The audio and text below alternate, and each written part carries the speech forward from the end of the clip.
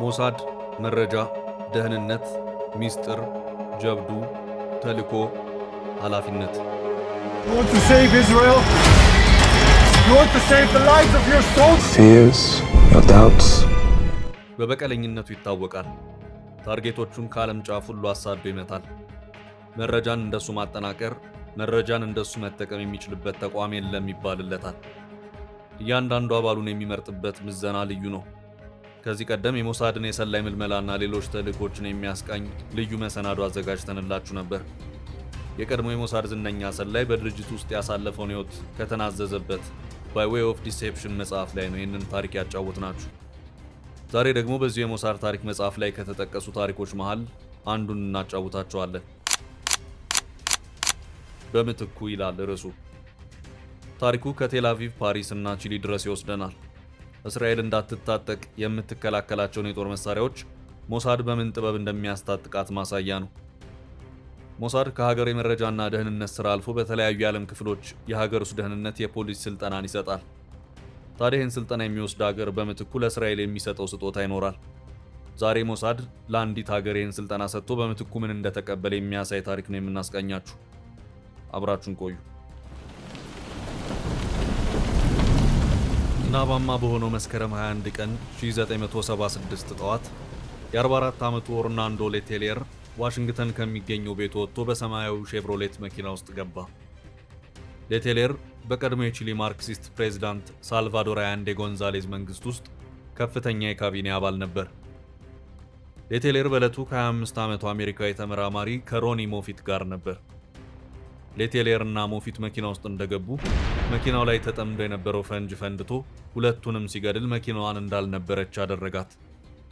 በዚህ አደጋ ብዙ ሰዎች የወቀሱት ሲአይኤን ነበር። ሲአይኤ በ1973 የሳልቫዶር አያንዴን መንግስት ለመጣል ከፍተኛ ሚና የተጫወተ ቢሆንም ለሚደርሱት አደጋዎች ሁሉ በዓለም አቀፍ ደረጃ እንደ ተጠያቂ የሚቀርብ ድርጅት መሆኑ ከጀመረም ቆይቷል። ሌሎች ለዚህ አደጋ ተጠያቂ ያደረጉት ዲና ተብሎ የሚጠራውን የቺሊ ምስጢራዊ ፖሊስ ድርጅትን ነበር። ይህ ድርጅት አሜሪካ በወቅቱ የሀገሪቱ መሪ በነበሩት ጀነራል አውጉስቶ ፒኖቼ ጋርቲ ላይ ባሳደረችው ከፍተኛ ተጽዕኖ ምክንያት ከአንድ ዓመት በኋላ እንዲፈርስ ተደርጓል። በሌቴሌር ሞት ማንም ሰው ጣቱን በሞሳድ ላይ አልቀሰረም። በቺሊው የዲና ኃላፊ በሆኑት በማኑኤል ኮንትራሬስ ሴፑልቬዳ ትዕዛዝ በሌቴሌር ላይ በተፈጸመው ግድያ ሞሳድ ቀጥተኛ ተሳትፎ ባያደርግም ከኮንትራሬስ ጋር በተደረሰው የባህር ኃይል ሚሳኤል ከቺሊ ለመግዛት እንዲያስችለው በግድያው ውስጥ ቀጥተኛ ያልሆነ የማይናቅ ድርሻ አበርክቷል። የገዳዮቹ ቡድን አባላት ሞሳድ ባስተማራቸው ትምህርትና ከሱ ባገኙት ጥበብ መጠቀማቸዋል የሚባል አልነበረም።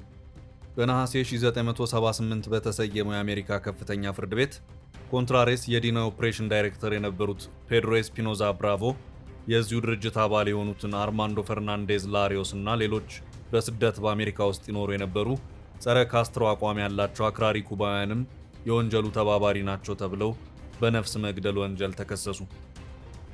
ባለ 15 ገጽ የወንጀል ክስ ሊቀርብባቸው የቻለው በትውልድ አሜሪካዊ በሆነው ገና በ15 ዓመቱ ከወላጆቹ ጋር ወደ ቺሊ ሄዶ ያደገውና በኋላም በሜካኒክነት ሙያ ላይ ተሰማርተው እያለ በዲና የተመለመለው አሜሪካዊው ሚካኤል ቬርኖን ቶኒሊ በሰጠው ኢንፎርሜሽን መሰረት ነበር።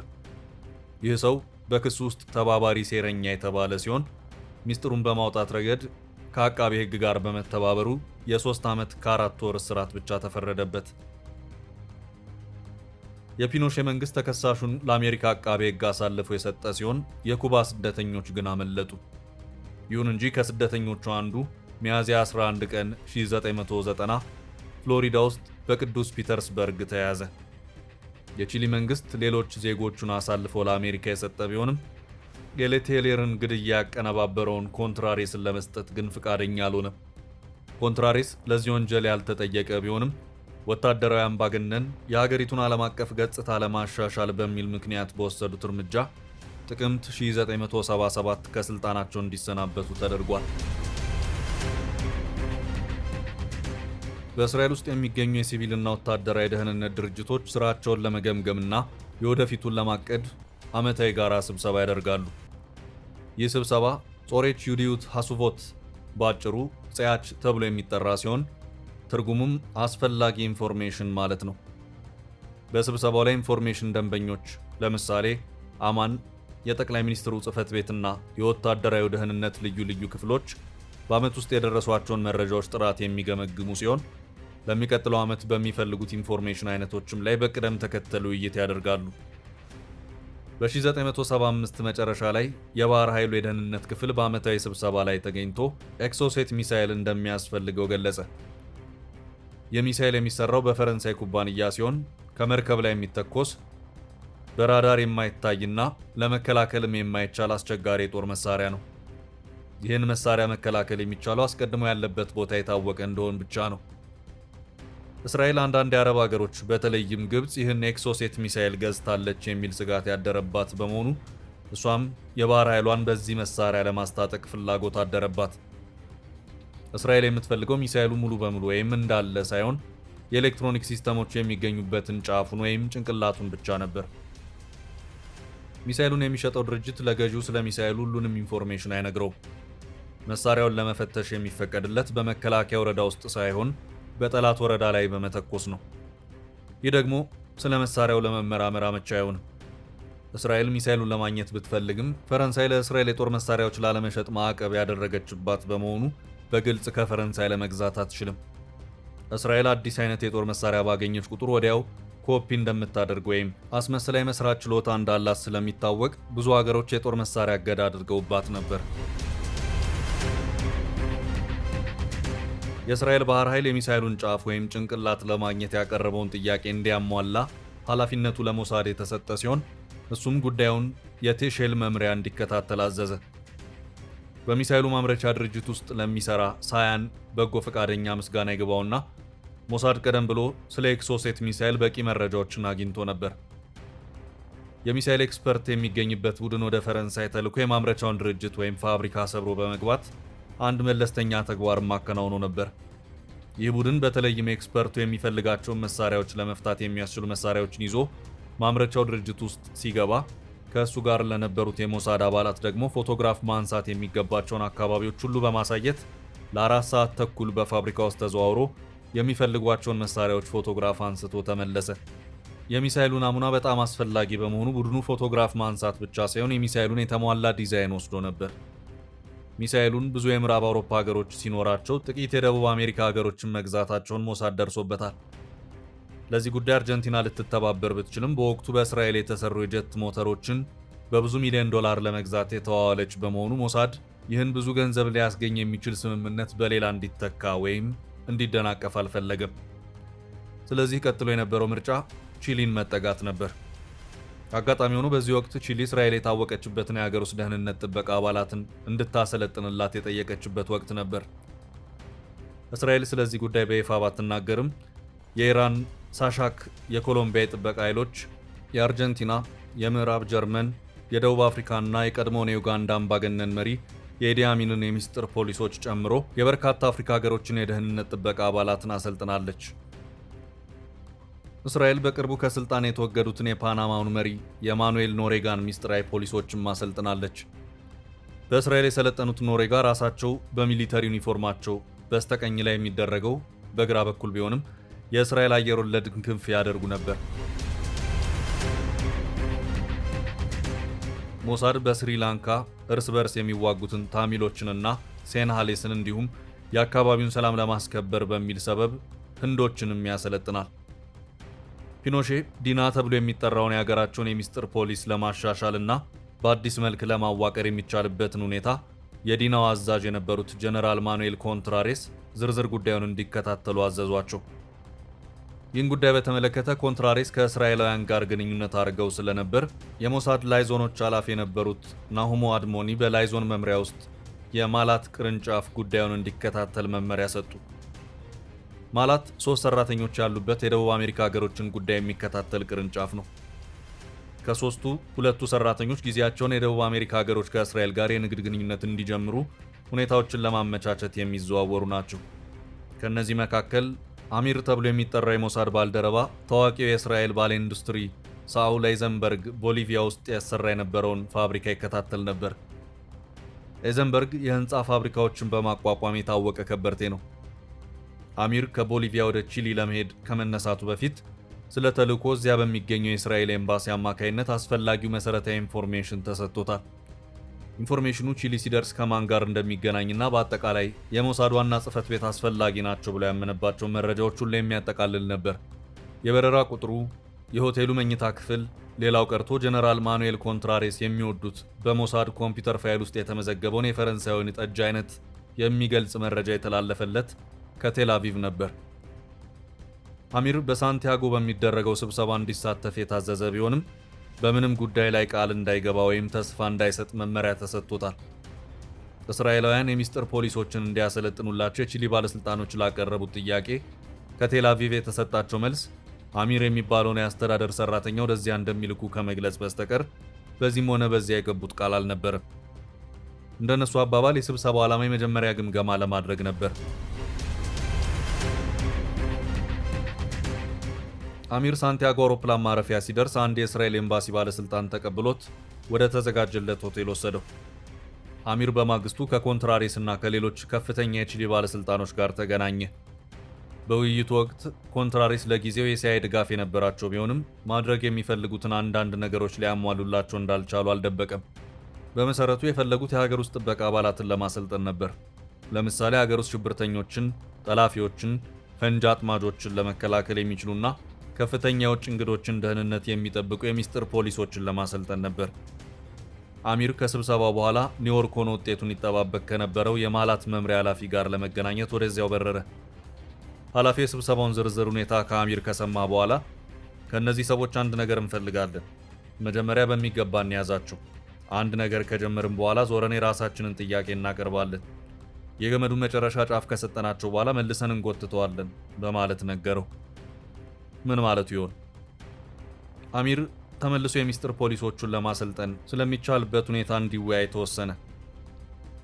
በወቅቱ እንደዚህ አይነቶቹ የስልጠና ኮርሶች ይሰጡ የነበሩት በእስራኤል ውስጥ ብቻ ነበር። ይሁን እንጂ የእስራኤል አሰልጣኞች ወደ ውጭ፣ ለምሳሌ ወደ ደቡብ አፍሪካና ስሪላንካ የተላኩበት አጋጣሚ ነበር።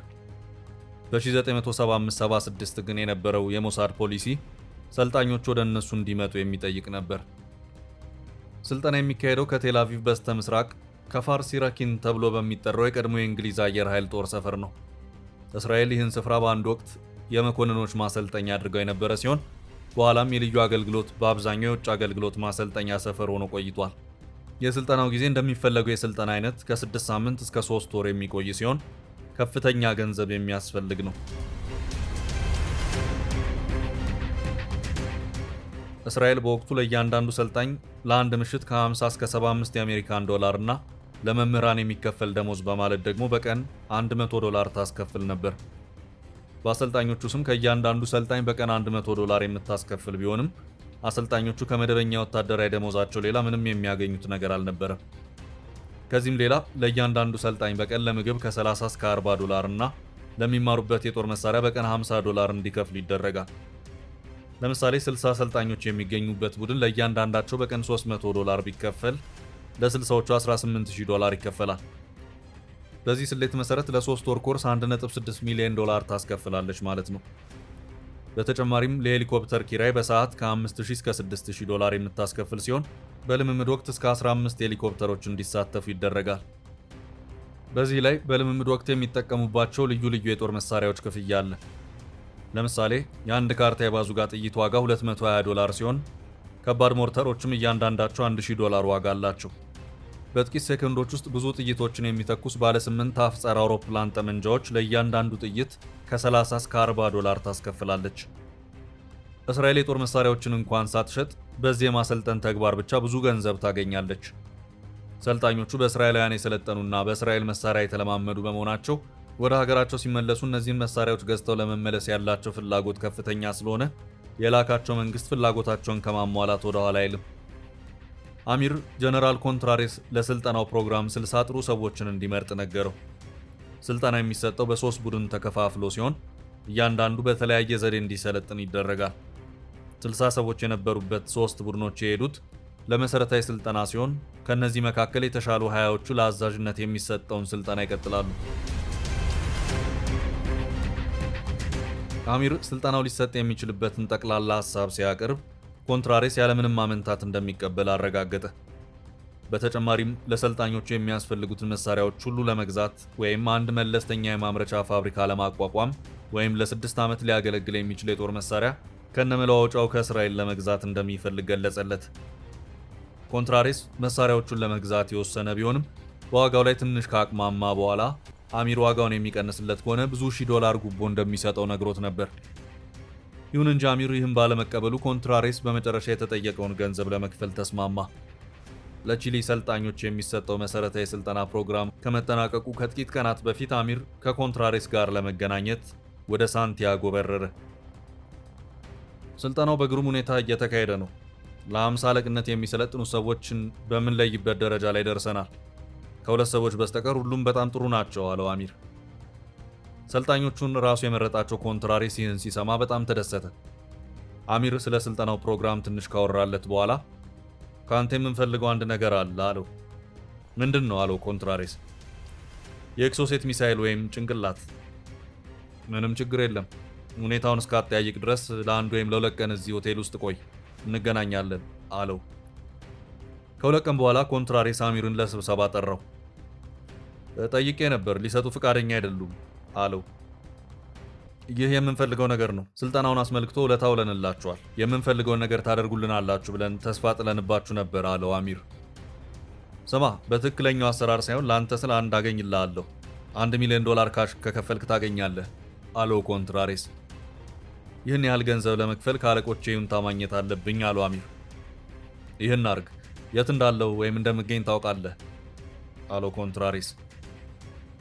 አሚር ኒውዮርክ ሆኖ ውጤቱን ለሚጠባበቁ የቅርብ አለቃው ደውሎ ስለ ጉዳዩ ነገረው። የፈለጉትን መሳሪያ ጀነራል ኮንትራሬስ ሊያቀርብ እንደሚችል ቢረዳም በእሱ ፍቃድ ብቻ የተጠየቀውን ገንዘብ መክፈል ስለማይችል ቴልአቪቭ ለሚገኘው አድሞኒ ደውሎ ነገረው። አድሞኒ ጉዳዩን ለሞሳድ ኃላፊ አስተላለፈ። የባህር ኃይሉ የስለላ ክፍል $1 ሚሊዮን ለመክፈል ይችል እንደሆን ፍቃደኝነቱን ተጠይቆ ተስማማ። አሚር ይሁንታ ካገኘ በኋላ መስማማቱን ለኮንትራሬስ ገለጸለት። መልካም፣ የሚፈልገውን ነገር የሚያውቅ ሰው አምጣና ወደ ባህር ኃይል ሰፈር እንሄዳለን። ሰውየው በቀጥታ የምትፈልገውን ነገር ሲያሳየኝ ይዘን እንሄዳለን አለው። ከሃይፋ በስተደቡብ የገብርኤል ሚሳኤል ተሻሽሎ ከተሰራበት አትሌት ከሚባል አካባቢ የእስራኤል የሚሳኤል ማምረቻ ከሚገኝበትና ባምታም ተብሎ ከሚጠራው ስፍራ አንድ የእስራኤል የሚሳኤል ኤክስፐርት በአስቸኳይ ወደ ሳንቲያጎ እንዲጓዝ ተደረገ። በኮንትራሬስ ትዕዛዝ ሚሳኤሉ ከቺሊ የባህር ኃይል መርከብ ወርዶ በተጎታች መኪና ላይ እንዲጫን ተደረገ። ሞሳድ በኮንትራሬስ ጥያቄ መሰረት $1 ሚሊዮን በቅድሚያ ከፍሎታል። ይህን ነው የምትፈልጉት አለ ኮንትራሬስ። የተላከው የእስራኤል የባህር ኃይል መኮንን ሚሳኤሉን ተዟዙሮ ከተመለከተ በኋላ አዎን አለው። መልካም፣ እንግዲህ የምናደርገው ነገር ጫፉን ወይም ጭንቅላቱን በትልቅ የእንጨት ሳጥን ውስጥ አድርገን በሽቦ ካሰርነው በኋላ ወደ ሳንቲያጎ ወስደን አንድ ክፍል ውስጥ እንዲቀመጥ እናደርጋለን። ብትፈልጉ ክፍሉን ማስጠበቅ ትችላላችሁ፣ ግን ከመውሰዳችሁ በፊት አንድ የምፈልገው ነገር አለኝ አለው። ምን ብሎ ጠየቀው አሚር። ስምምነት አድርገን በበኩላችን ቃላችንን ጠብቀናል አለው አሚር መልሶ። እኔም እንዲሁ። አሁን ላለቃ ደውልለትና ላነጋግረው እንደምፈልግ ንገረው አለው ኮንትራሬስ። ይህን አላደርግም፣ እኔ ራሴ አነጋግራለሁ አለው አሚር። አይሆንም፣ እዚህ እንደምፈልገው ንገረው፣ ፊት ለፊት ላነጋግረው ፈልጋለሁ አለው። አሚር ምርጫ አልነበረው። አሚር ከፍተኛ ስልጣን የሌለው የበታች ሰራተኛ መሆኑን ኮንትራሬስ የተረዳ ይመስላል። አሚር ከሆቴሉ መኝታ ክፍል ኒውዮርክ ሆኖ ይጠባበቅ ለነበረው አለቃው ደወለለት። እሱም በተራው ቴልአቪቭ ደውሎ የተፈጠረውን ሁኔታ ለአድሞኒ ያስረዳ። ራሱ አድሞኒ የቺሊውን ጄኔራል ለማግኘት በዚያው ዕለት ወደ ሳንቲያጎ በረረ። የራሴውን የጥበቃ ኃይል ለማደራጀት እንድችል እንድትረዱኝ ፈልጋለሁ አለው ኮንትራሬስ። አሁንም እኮ እያደረግን ነው። ሰዎች ለስልጠና የተላኩት ማለቱ ነው። ከሚገባው በላይ ጥሩ እየሰሩ ነው አለው አድሞኒ። የለም አልገባህም። ጠላቶቻችንም ባሉበት ቦታ ሁሉ ለማጥፋት የሚረዳኝን ኃይል ማለቴ ነው። እናንተ ፒኤልኦን እንደምታደርጉት አይነት ማለት ነው። ጠላቶቻችን ሁሉ የሚገኙት ቺሊ ውስጥ አይደለም። በቀጥታ የሚያሰጉንን ጠላቶች ባሉበት ቦታ ሁሉ ደርሰን መምታት መቻል አለብን።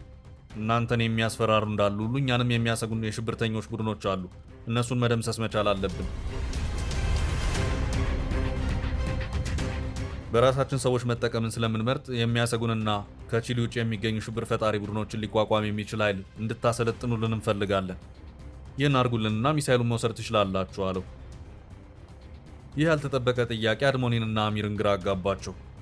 አርሞኒ ቃል ከመግባቱ በፊት የቅርብ አለቆቹን ፍቃድ ማግኘት እንዳለበት ለኮንትራሬስ ነገረው።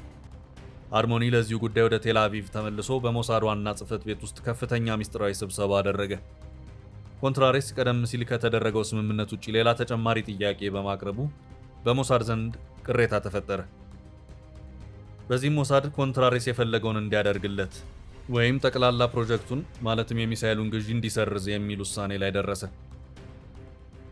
ብዙ ጊዜ መንግስት በዚህ አይነት ነገር ውስጥ እጁን ማስገባት ስለማይፈልግ ሞሳድ ከመንግስት ያገኘው ምላሽ እንዲህ አይነቱን ነገር ማወቅ አንሻም የሚል ነበር። ኮንትራሬስ ያቀረበውን ጥያቄ አስመልክቶ ከእሱ ጋር የሚደራደር ሌላ ሰው መቀጠር ነበረበት።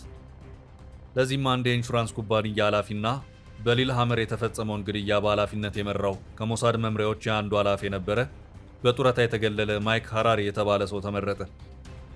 ሃራሪ ከአምባገነኑ ማኑኤል ኖሬጋ የቅርብ አማካሪዎች አንዱ የነበረ ሲሆን K7 ተብሎ የሚጠራውን የፓናማ ልዩ ጸረ ሽብርተኞች ቡድንን ለማቋቋም ከረዱት አንዱ ነበር። ለዚህ ተግባር የተመረጠው ማይክ ሃራሪ ከጀነራሉ ማለትም ከኮንትራሬስ ጋር አስፈላጊውን ድርድር ለማድረግ ችሎታ ያለው ሰው ከመሆኑም በላይ ከአንድ ታዋቂ የመርከብ ጉዞ ወኪል ጋር የንግድ ግንኙነት ስለነበረው የተገዛውን የኤክሶሴት ሚሳኤል ጫፍ ወይም ጭንቅላት ያለምንም ስጋት ወደ እስራኤል ለማጓጓዝ እንደሚችል ታምኖበታል። ሃራሪ በሞሳድ ውስጥ የሜጻዳ መምሪያ ኃላፊ ነበር። ሜጻዳ ከስሩ ኪዶንን የመሳሰሉ ልዩ ልዩ ጥቃት አድራሽ ቡድኖች ያሉት መምሪያ ነው። ሃራሪ ኮንትራሬስ ለመገንባት የፈለገውን ቡድን የሚያውቀውን ቴክኒክ ሁሉ እንደሚያስተምርና እንደሚያሰለጥን እንዲነግረው ከሞሳድ መመሪያ ተሰጥቶታል። ሁሉንም ነገር የማስተማር ግዴታ ባይኖርበትም ለሚያስተምራቸው አንዳንድ ልዩ ነገሮች የሞሳድን ፍቃድ ማግኘት ይኖርበታል። የሞሳድ አባላት ደግሞ አንዳንድ የቴክኒክ ጥበቦችን ለሌላ አሳልፈው ለመስጠት ፍቃደኞች አይደሉም። ማይክ ሃራሪ ሰልጣኞቹን በውጭ ያሉ ወይም ይኖራሉ ተብሎ የሚገመቱትን ሽብር ፈጣሪ ቡድኖች ለመምታትና ለማጥፋት የሚቻልበትን የአደረጃጀትና የእንቅስቃሴ ጥበብ አስተምሯቸዋል። ለዚህ ስልጠና የሚከፈለው ገንዘብ ዲና ከሚያዝበት ሂሳብ እየተቀነሰ ቀጥታ በሃራሪ ስም ገቢ ይሆን ነበር። በዚህ ልዩ ቡድን ውስጥ የሚሰለጥኑት የኮንትራሬስ ሰዎች ነበሩ። ይህም በሌሎች ባለስልጣኖች ዘንድ ፈጽሞ የሚታወቅ አልነበረም። የመረጣቸውም ሆነ የሚከፍላቸው ኮንትራሬስ ነው። እነሱም የእሱን ትዕዛዝና መመሪያ ይፈጽማሉ።